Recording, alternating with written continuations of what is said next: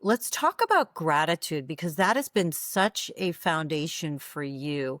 And a lot of times we hear attitude of gratitude, that's all great. But beyond being a really nice phrase, tell us about how you came to actually embody gratitude, Shell. That's a good story, but a long story. But I've always had God in my life. I just was brought up that way, grandparents and parents, etc.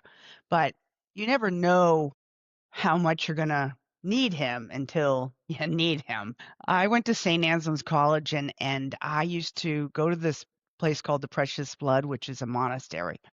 And I used to pray for good grades. And I said, that's when I learned that God had a sense of humor. Okay. And I said, I would sit there and say, I know. If I only went to class, I wouldn't need to come here and pray for good grades. So that was the start of more of the personal relationship that I built with him so that I could talk to him about the important things that were going through my life at the time. So, no one knows what it feels like until you lose a child, or nobody knows what it feels like until you're told you have a certain amount of time to live.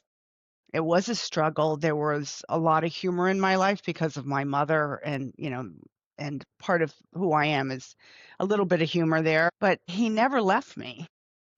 And through those days in the hospital alone, I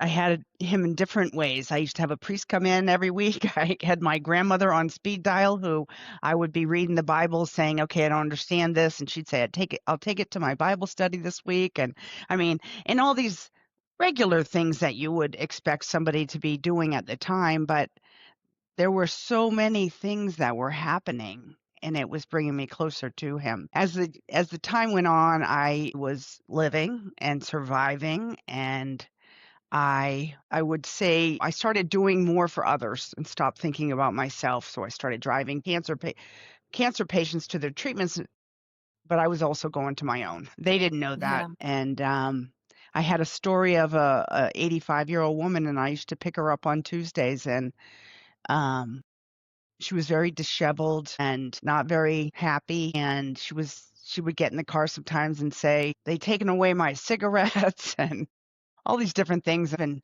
every week, she began to get dressed a little more. She would have a bow in her hair. She was a little lighter on her feet. And Yeah. boy, did that change that I saw the impact of how God was putting me in front of someone else's life. And I was grateful for living and being able to do this for someone else. Then about the third or fourth time I picked her up, bought her a pack of cigarettes because I thought wants to smoke. I didn't even smoke at the time. And I would even let her smoke in the car. I mean, what did I care? What was my life going to be any different if I had a little smoke smell in the car than if I didn't? I had her with me. She was happy and she was engaging with life, and she was certainly impacting mine.